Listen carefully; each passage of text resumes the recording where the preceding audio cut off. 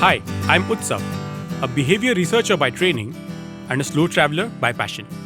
Postcards from Nowhere is a travel podcast where I condense a decade of travel experiences and explore not just the where, but also the why and how to travel. My stories emerged from slow traveling the less explored parts of the world: Bosnia and Herzegovina, Armenia, Uzbekistan, and even China. At the end of each story, I give practical tips and new ideas about how to travel better. This week, we travel to Japan and uncover the story of cherry blossom trees and how they shaped European Impressionism and Japanese nationalism. Autumn of the year 1280. In Shangdu, part of present-day Inner Mongolia, the all-powerful Kublai Khan convened a meeting at his summer palace. He was the first non-Han to rule all of China, and by then also ruled Mongolia, Korea, and southern Siberia. He had sent 10 Yuan emissaries to Japan, asking for the king of Japan to become a vassal state. All 10 of them had been beheaded. Kublai Khan wanted to mount an invasion on the Japanese. This would have been the second one, having already lost the first invasion 6 years ago. Orders for the second invasion came in the lunar month of 1281. 2 fleets were prepared, a force of 900 ships in Korea and 3,500 ships in southern China, a combined power of 142,000 soldiers and sailors. As Kublai's fleet attacked a few islands, the Japanese were routed. Over 300 islanders lost their lives, and their children were pursued and killed. But as the invading fleet moved into Hakata Bay, they met with a heavily fortified defensive wall.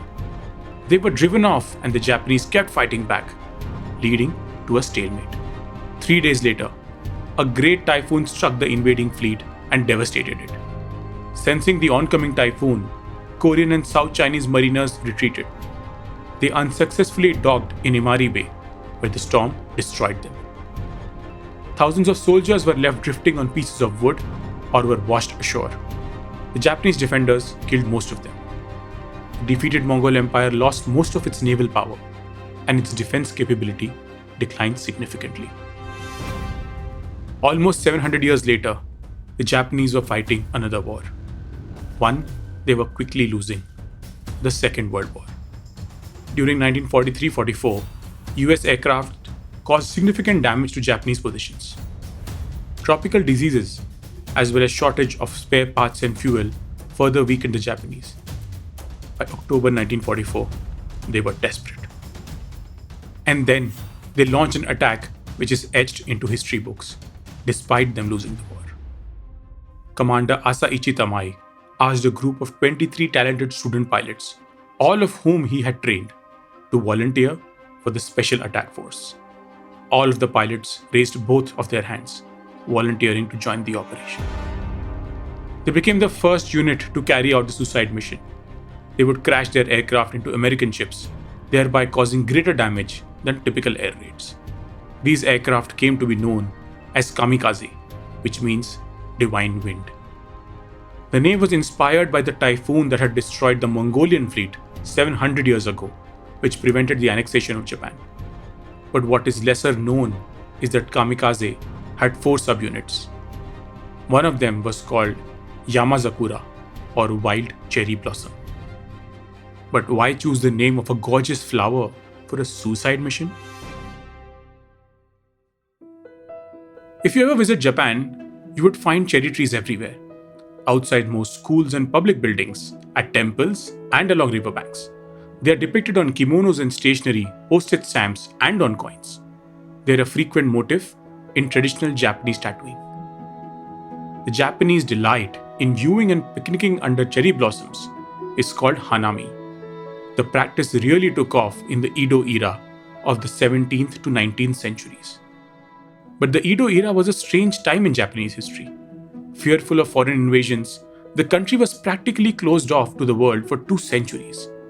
This meant that all Japanese art that emerged during the period was almost free from any foreign influences. One of these pieces of art was a woodblock print.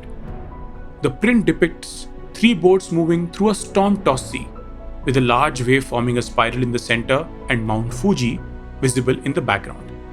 It was one of the first in the series, 36 Views of Mount Fuji. The print came to be known as the Great Wave of Kanagawa and was created by the artist Hokusai. If you haven't seen the painting, I highly recommend you Google it. Because on the surface, it may look like a depiction of timeless and serene Japan.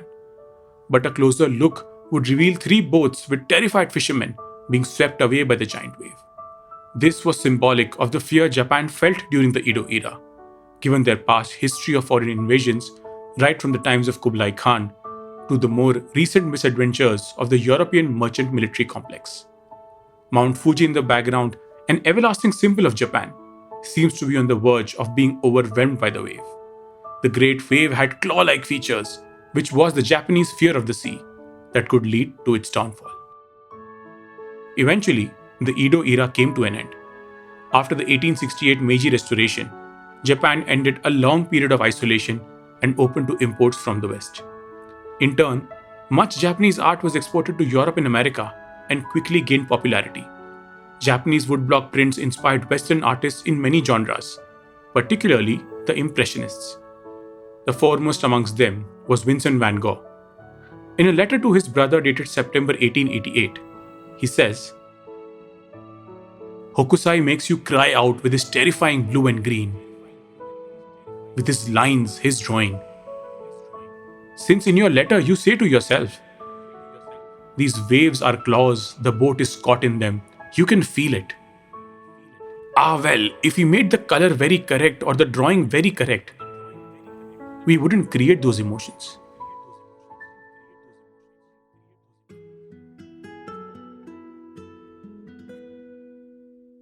It is possibly the most reproduced image in the history of art. But the earliest reproduction was possible using woodblock prints. And the wood used in producing these prints? The wild cherry blossom. But we have still not answered. Why choose the name of a gorgeous flower for a suicide mission? Because the cherry blossoms bloom only for 1 to 2 weeks in a year, around March-April.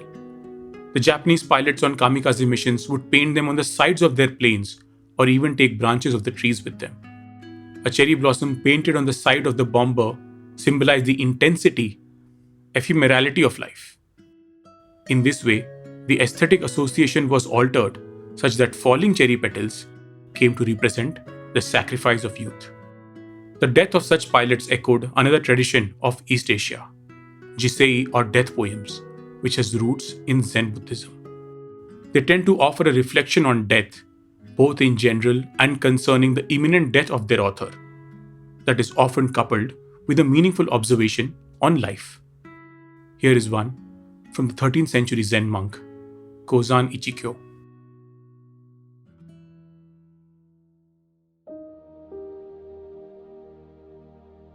Empty-handed I entered the world. Barefoot I leave it. My coming, my going, 2 simple happenings that got entangled.